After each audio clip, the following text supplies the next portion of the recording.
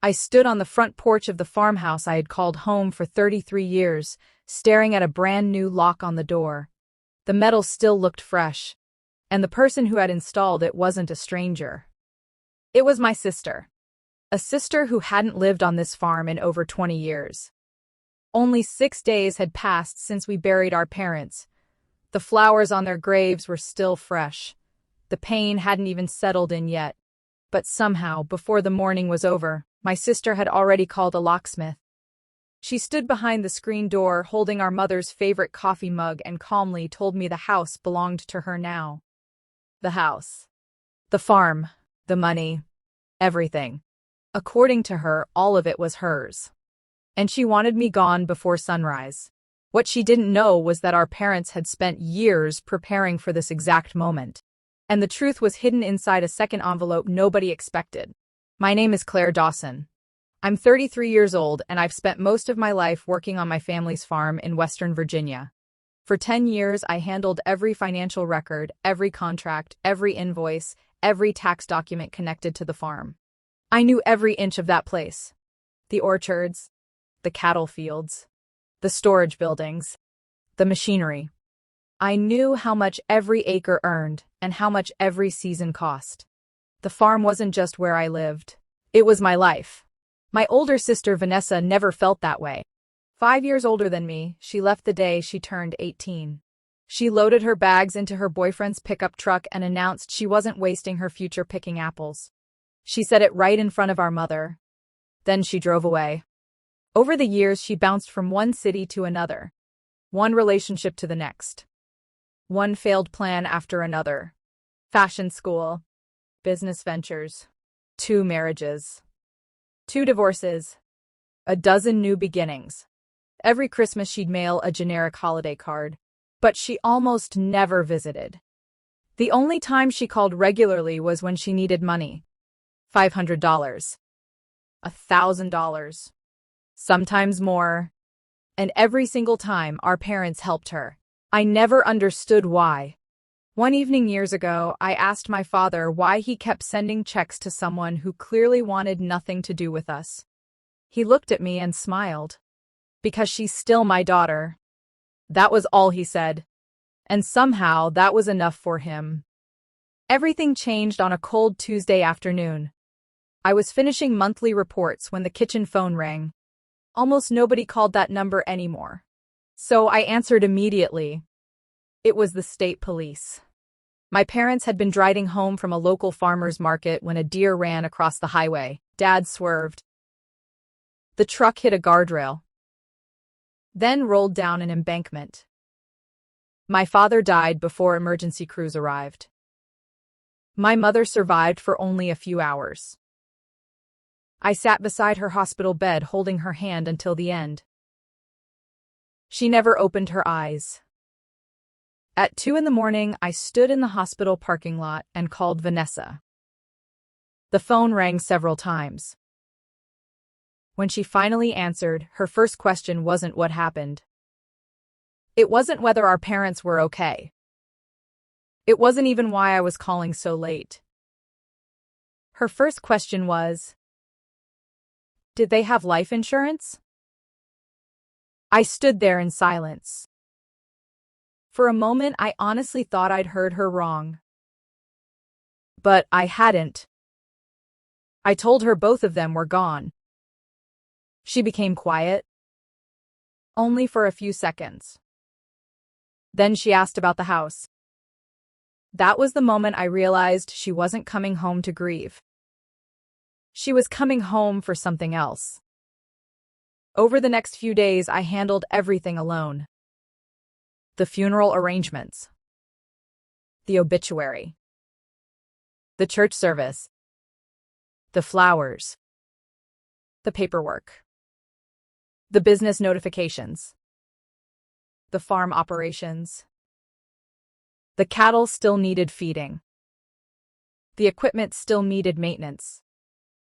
The contracts still needed attention. The farm didn't stop just because my parents were gone. Vanessa promised she was coming immediately. Instead, she arrived 3 days later. And she wasn't alone. She brought her first ex-husband, Ryan, a former car salesman who always seemed to view everything in terms of profit.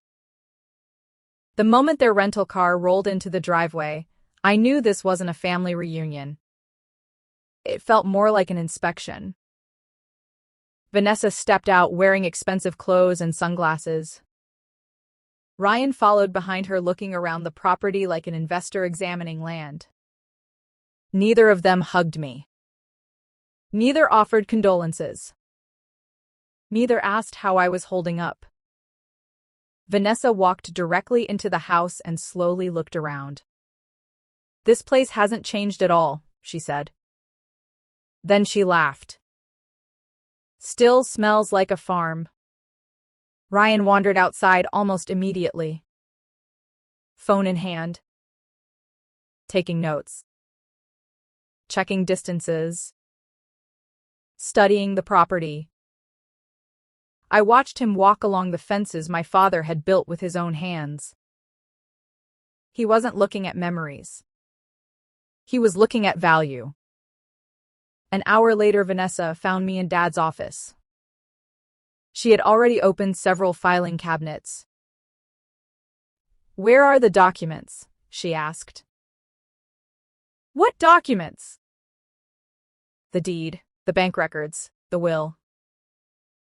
I told her our family lawyer had everything. The will would be read officially after probate started. She folded her arms. "I already spoke with an attorney in Richmond." That surprised me. Our parents hadn't even been buried yet. "What did the attorney say?" I asked. She smiled. The kind of smile that made me uncomfortable. He said, "As the oldest child, I have the strongest claim to everything." Ryan walked into the room. "How many acres is this place again?" 250. He let out a low whistle. Vanessa looked at him, then looked around the room. And I could practically see the numbers running through her head. She wasn't thinking about our parents. She wasn't thinking about family. She was calculating. The funeral took place that Saturday. The church was packed. People came from all over the county. My parents had spent 40 years helping that community. Everyone knew them. Everyone respected them. I delivered the eulogy myself. I talked about Dad teaching me to drive a tractor when I was 12. I talked about Mom's bookkeeping system, her color-coded folders, her handwritten notes, her incredible attention to detail. I spoke about the values they lived by: hard work, responsibility, integrity. Throughout the entire service, Vanessa never spoke once. She didn't share a memory. She didn't read a passage. She didn't even offer a few words. Instead, her phone vibrated repeatedly. And she never bothered silencing it. After the service, people lined up to offer condolences. One of Mom's closest friends, Eleanor, squeezed my hands tightly. Then she whispered something strange. "Your mother made sure everything was taken care of." I assumed she meant funeral arrangements or legal matters. At the time, I didn't understand. But the way she looked at me made me think there was something she wasn't saying. Something important. The next morning, Vanessa called me into the living room. She was sitting in Dad's favorite recliner. Ryan stood behind her with folded arms. A stack of papers sat on the coffee table. County property records. Inheritance laws. Notes from a lawyer. Vanessa tapped the documents confidently. "I've done my research." Then she leaned forward. "The house, the land, the money, All of it belongs to me. I stared at her. The official will hadn't even been read yet. And somehow she'd already declared herself the owner. Then she said something I'll never forget. Something that changed everything. You were never family, Claire. She pointed toward the farm outside. You were just the hired help. For a few seconds, I just stared at her. The hired help? That's what she thought I was. The daughter who stayed. The daughter who worked beside our parents every day. The daughter who helped build everything standing outside those windows. I didn't argue. I simply told her we should wait for the official reading of the will. Vanessa laughed. There is nothing to wait for. Then she stood up and walked away. A few minutes later, I heard her talking on the phone. At first, I didn't pay attention. Then I heard one word. Locksmith. The next morning, I walked to the front door and tried my key. It wouldn't turn. New lock. Brand new. I knocked. Vanessa opened the door holding our mother's coffee mug. She looked completely relaxed. Almost happy. Oh, she said, you're still here? I couldn't believe what I was hearing. I told her I'd lived in that house my entire life. She shrugged. You lived here. Past tense. Then she smiled. It's my house now. No yelling. No fight.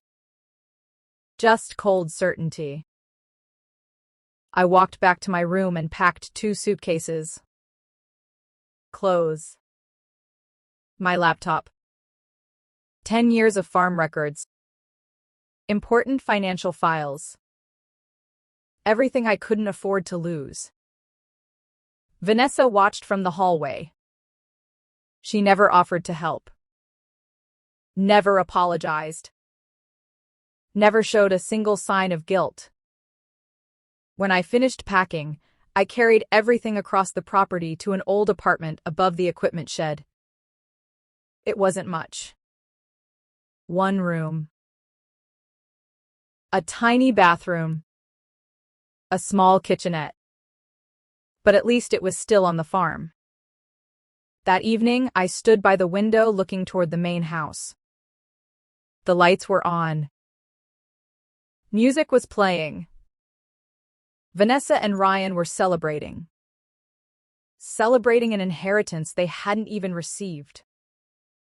Then I heard something through the open kitchen window. Vanessa's voice. Call a realtor. Ryan answered immediately. You sure? Absolutely. She laughed. I want this place listed by Friday. I froze. Our parents had been gone less than a week. And she was already trying to sell everything.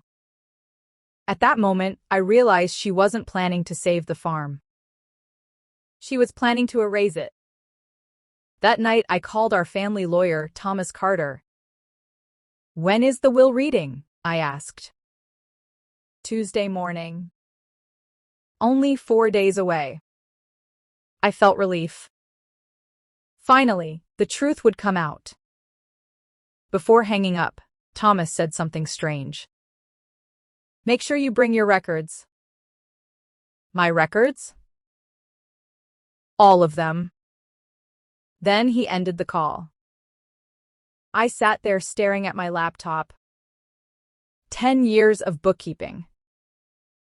Contracts. Invoices. Tax filings. Why would he need all that? I didn't know. But something told me Tuesday was going to be much bigger than a simple reading of a will. And for the first time since my parents died, I started believing they might have seen this coming. The next few days were worse than I expected. Vanessa wasn't satisfied with changing the locks. Now she wanted control of everything. Saturday morning, she called 2 longtime farm workers into the driveway. Both men had worked with our family for years. They weren't employees to us. They were practically family. Vanessa informed them their jobs were terminated immediately. No warning. No discussion. Just gone. A few hours later, one of them knocked on my apartment door. "Miss Claire," he said quietly. "She says the farm is being sold." I told him nothing had been sold. Not yet. But even as I said it, I could see doubt in his eyes. By Sunday, the rumors had spread across the county. People started hearing that I was trying to steal Vanessa's inheritance, that I had manipulated our parents, that I had controlled the farm for years. None of it was true. But Vanessa was telling anyone who would listen. And people were starting to believe her. Things got worse Monday morning. I stopped by the agricultural co-op to deliver reports. The same thing I'd done every week for 10 years. But this time people looked at me differently. Whispering. Watching. Judging. One woman finally approached me. "I heard your sister is having trouble getting what's rightfully hers." I couldn't believe it. Vanessa had turned herself into the victim, while I was still trying to keep the farm running. When I returned home that afternoon, I checked the mailbox. Most of it was junk mail. Then I found an envelope that caught my attention. It was from a development company. I opened it immediately. Inside was a formal letter. An offer to purchase the entire farm. $22 million. My heart stopped. At the bottom of the document was a signature. Vanessa's signature. She had already signed a preliminary agreement. She was trying to sell property she didn't legally own.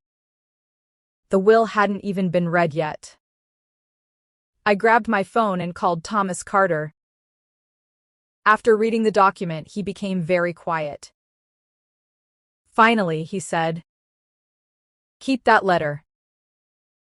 "Why?" "Because it's important."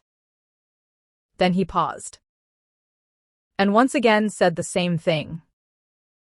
"Everything becomes clear on Tuesday." I hung up and stared across the fields. The orchards. The cattle. The barns my grandfather built. Vanessa had been back less than a week. And she was already trying to sell 3 generations of family history. Tuesday was less than 24 hours away. Whatever my parents had planned, I was about to find out. Monday night, I was sitting in the barn apartment reviewing farm records when the door suddenly opened. Ryan walked in without knocking. He looked around the room and smirked. "You really plan on staying here?" I ignored the question. "What do you want?" He pulled a folded paper from his jacket and placed it on the table. "An opportunity." I opened it. My eyes narrowed. It was an offer. $50,000 in exchange for giving up any claim to the estate. I almost laughed. The farm alone was worth millions. "You can't be serious." Ryan shrugged. "Take the money and move on." Then he leaned closer. "You're living in a barn, Claire. Be realistic." I folded the paper and handed it back. "We'll see what the will says tomorrow." The smile disappeared from his face. For the first time, he looked nervous. Not angry. nervous, as if tomorrow worried him. After a few seconds, he grabbed the paper and headed for the door. Before leaving, he stopped. "You're making a mistake." Then he walked out. The apartment became silent again. But now I couldn't stop thinking. Why was he trying to buy me out the night before the reading? Why was he suddenly so desperate? Around midnight, I started cleaning the room to keep my mind busy. While moving the bed, my hand bumped into an old cardboard box hidden underneath. Dust covered the top. At first, I almost ignored it. Then I noticed something. My mother's handwriting. I pulled the box closer. Inside was a single envelope. My name was written on the front. Claire. My heart started pounding. With shaking hands, I opened it. Inside was a short letter. Just a few lines. But those few lines changed everything. Claire, if you're reading this, your father and I were probably right. Vanessa will try to take everything. Don't argue with her. Don't fight her. Let the paperwork speak. Thomas has everything. Trust him. And trust what you've built. Love, Mom. I read the letter again. And again. And again. My mother knew. She had known exactly what would happen after she was gone. She knew Vanessa would come back. She knew she would make demands. And somehow, she had already prepared for it. I carefully folded the letter and slipped it into my pocket. For the first time since my parents died, I felt calm. Not because I knew what was coming, but because I knew my parents had a plan. And in less than 12 hours, that plan would finally be revealed. Tuesday morning arrived. I woke up before sunrise, fed the cattle, checked the water troughs, finished every task exactly the way I always had. No matter what happened that day, the farm still needed care. Around 9 o'clock, I drove to Thomas Carter's office. Vanessa and Ryan arrived shortly after me. Both looked confident, almost excited, like they were about to collect a prize. But something felt different the moment I entered the conference room. We weren't alone. Mom's longtime friend Eleanor was there. So was Margaret Hill from the agricultural co-op. Even Pastor Green sat quietly near the door. Vanessa frowned. "Why are all these people here?" Thomas calmly answered. "They are mentioned in the documents." That immediately got everyone's attention. A few moments later, Thomas opened a thick folder. Much thicker than I expected. Vanessa noticed too. Her confidence faded slightly. Thomas adjusted his glasses. Then he spoke. "Before we begin, everyone should understand that there are two separate documents." The room became silent. "Two documents?" Vanessa looked confused. "What does that mean?" Thomas ignored the interruption. "We'll start with the first one." Then he began reading. The first section contained direct inheritances. To Vanessa Dawson. The family house. All furniture inside. And $280,000 from a savings account. Vanessa smiled instantly. Ryan grinned. Both looked relieved. For a moment they thought they had won. Then Thomas continued. "There is a condition. Vanessa's smile weakened. The house must be occupied and maintained by Vanessa Dawson for a minimum period of 5 years. Silence. Vanessa blinked. What? If the condition is not fulfilled, ownership returns to the family trust. The smile disappeared completely. Ryan leaned toward her. We'll deal with that later. Vanessa crossed her arms. Fine, continue. Thomas looked down at the papers. That concludes the first document. The room froze. Vanessa stared at him. That's it? Thomas nodded. That's it. Ryan immediately stood up. What about the land? The equipment? The farm? The investments? Where are the rest of the assets? Thomas calmly closed the folder. Then he reached into his briefcase and pulled out a second sealed envelope. A much thicker envelope. One that had never been opened. This, he said quietly, is the second document. And suddenly, Vanessa didn't look confident anymore. The room was completely silent. Everyone stared at the envelope in Thomas Carter's hands. Vanessa leaned forward. Ryan slowly sat back down. Neither of them looked comfortable anymore. Thomas broke the seal. The sound was small, but it felt like everything was changing. He unfolded several pages and began reading. 7 years ago, Robert and Susan Dawson established the Dawson Family Irrevocable Trust.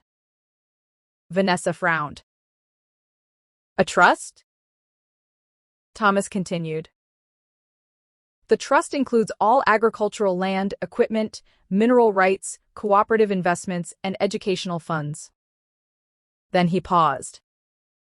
And read the next line. The estimated value of trust assets exceeds $27 million.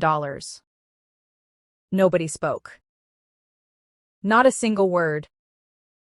Vanessa's face lost all color. Ryan stared at Thomas. 27 million? Thomas nodded. Approximately. The room felt frozen. All week Vanessa had been talking about inheritance. All week she had acted like the farm belonged to her. And now she was learning that nearly everything had been placed inside a trust years before our parents died. A trust she knew nothing about.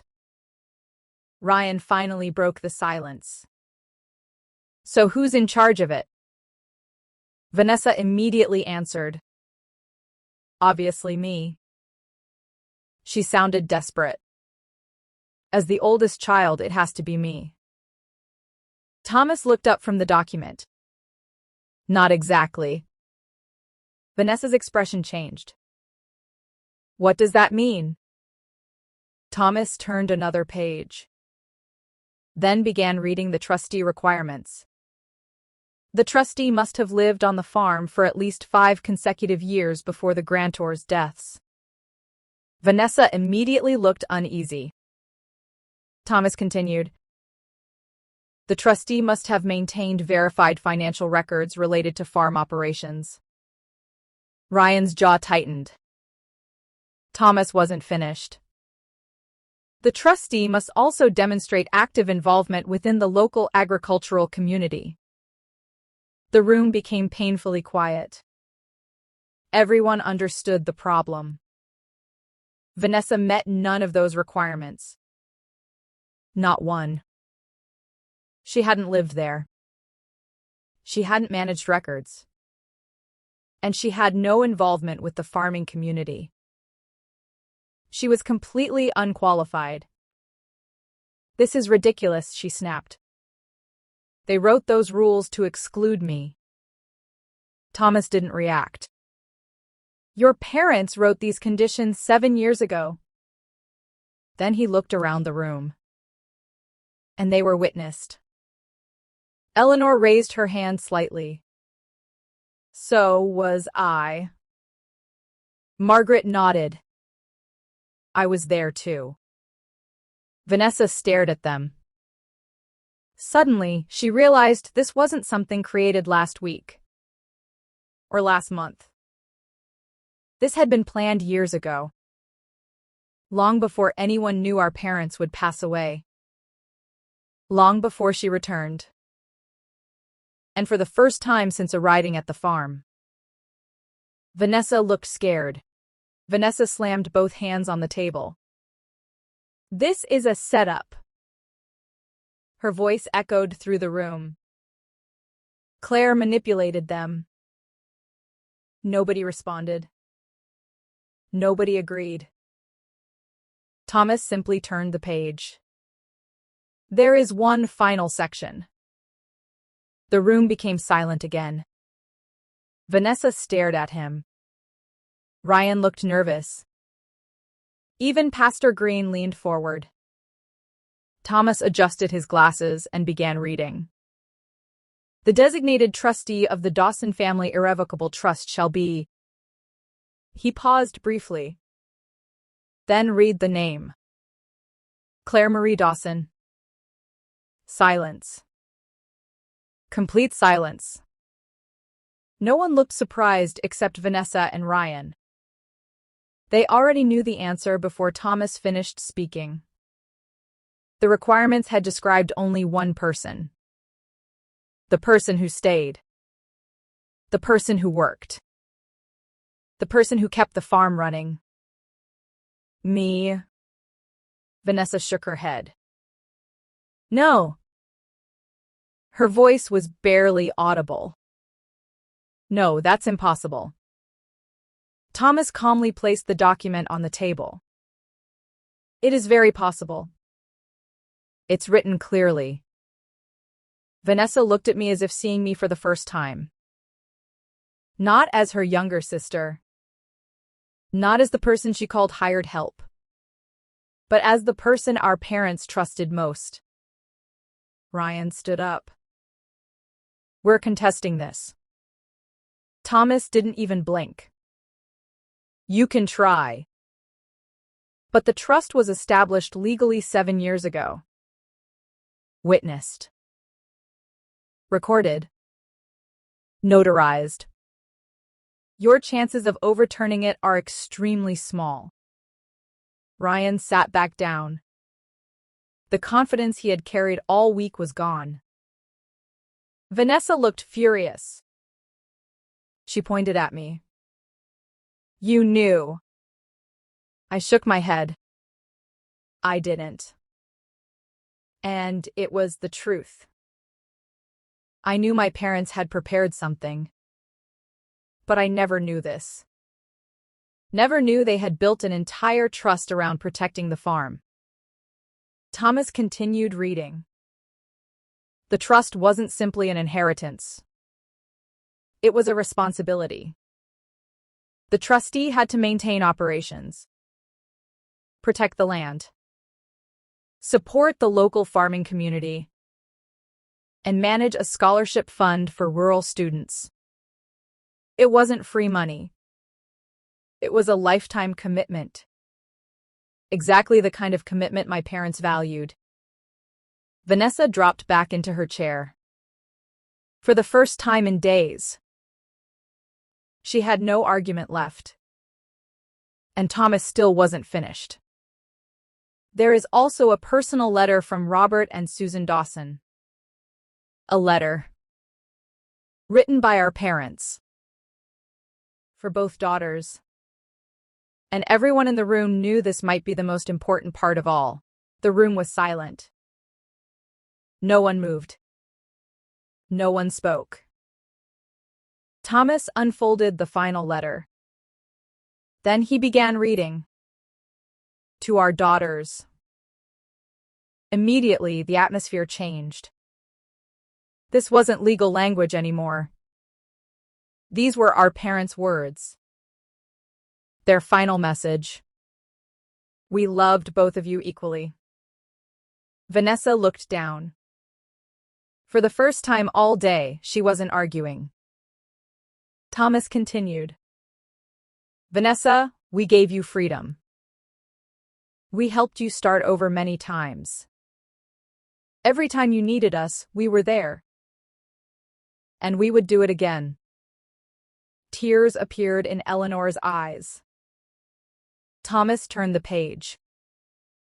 Claire, we gave you roots. We watched you choose this farm every day. You stayed when leaving would have been easier. You worked when nobody was watching. You protected what generations before you built. My throat tightened. I had waited my whole life to hear those words. And now they were coming from a letter written before they died. Thomas kept reading. The trust is not a reward. It is a responsibility. Claire has already proven she can carry it. That is why we chose her. Vanessa suddenly stood up. No! The room jumped. This isn't fair. Her voice cracked. I'm their daughter too. She pointed at me. She gets everything. I finally stood. For the first time during the entire meeting. For days I had listened. Stayed quiet. Taken every accusation. Every insult. Every lie. Now I looked directly at my sister. And calmly said, the hired help kept the books. The room froze. Vanessa's eyes widened. She remembered. Those were her own words. The words she used to describe me. And now those words had come back to her. She opened her mouth. But nothing came out. There was nothing left to say. The paperwork had spoken. Just like Mom said it would. Thomas closed the file. The trust and will are officially concluded. That was it. The battle was over. Not because I won. Because my parents had already settled it years ago. Vanessa grabbed her purse. Ryan followed behind her. At the door, she stopped and looked back. Her face was red with anger. This isn't over. Then she walked out. The door closed behind her. And for the first time since my parents died, the room felt peaceful. I reached into my pocket and touched my mother's letter. The one she left hidden in the barn. Trust what you've built. Finally, I understood exactly what she meant. The office became quiet after Vanessa and Ryan left. Nobody celebrated. Nobody cheered. The truth had simply come out. Pastor Green slowly stood from his chair. He looked older than he had an hour earlier. For several seconds, he couldn't meet my eyes. Finally, he spoke. Claire, I owe you an apology. His voice was heavy with regret. I believed the wrong person. I looked at him and nodded. He wasn't a bad man. He had simply allowed fear to cloud his judgment. Without another word, he picked up his hat and walked out of the room. Soon afterward, Eleanor hugged me tightly. Your mother knew exactly what she was doing, she whispered. Margaret smiled. The farm is safe. For the first time in days, I felt like I could finally breathe. When I left the lawyer's office, the cold November air felt different. Lighter. Cleaner. I drove back to the farm. The entire ride, I kept thinking about my parents. 7 years earlier, they had already seen this coming. They knew someone would try to sell the land. They knew someone would try to take control. And they had quietly protected everything. When I arrived home, the rental car was gone. Vanessa and Ryan had already left. I walked across the property and stopped in front of the house. The same house where I grew up. The same house Vanessa had locked me out of. I looked at the shiny brass lock on the front door and almost laughed. A week earlier, I thought losing that house meant losing everything. Now I understood something important. The lock never mattered. The paperwork did. The farm did. The future did. Over the following weeks, life slowly returned to normal. The cattle still needed feeding. The orchard still needed attention. The books still needed balancing. And every morning, I continued doing what I had always done. Working. By December, Vanessa had stopped answering calls from most people in town. Nobody wanted to discuss selling the farm anymore. Nobody wanted to hear her stories about being cheated. The facts were now public. The trust was legal. The documents were clear. And the farm wasn't going anywhere. Ryan had problems of his own. The development company learned he had been negotiating a deal involving land he didn't own. Lawyers became involved. Suddenly, the man who spent days talking about millions was spending his time defending himself. By January, Vanessa was still living in the farmhouse. But reality had finally caught up with her. Owning a house wasn't the same as owning a fortune. There were bills. Repairs. Maintenance. Responsibilities. Things she had never considered. 2 weeks later, she packed her bags. Then she left. Just like she had 20 years earlier. Only this time, nobody tried to stop her. Months passed. The educational fund my parents created awarded its first scholarships. 3 local students received support to study agriculture and community development. When I signed those checks, I thought about my mother. About my father. About everything they had worked for. Their dream was still growing.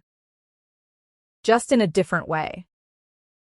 After Vanessa left, I moved back into the main house. The first thing I did was replace the lock. Not because I wanted revenge. Because I wanted peace. One evening in March, my phone rang. It was Vanessa. The first time she had called in months. Neither of us spoke for a moment. Then she asked a single question. Can I get more money from the trust? I closed my eyes. Even after everything, she still didn't understand. The trust isn't for spending, I said. It's for protecting the farm. Silence. Then she sighed. So you're just going to sit on all that money? No. I'm going to manage it. The same way our parents wanted. For a few seconds, neither of us spoke. Then her voice changed. Softer. Almost like the sister I remembered from childhood. This isn't fair. I looked out across the fields. The orchards stretched toward the mountains. The cattle were moving slowly through the pasture. The farm was exactly where it belonged. And for the first time, I knew I was too. The door is always open, I told her. If you ever want to come back for the farm, not for the money. She didn't answer. A moment later, the call ended. I set my phone down and watched the sun disappear behind the mountains. My parents hadn't left me $27 million. They had left me something far more valuable. Trust. Responsibility. Purpose. They taught me that showing up every day matters. That quiet work matters. That loyalty matters. And sometimes the person everyone overlooks becomes the one trusted most. The lock on the door was never the real story. The second envelope was, and inside that envelope was proof that my parents had been watching all along.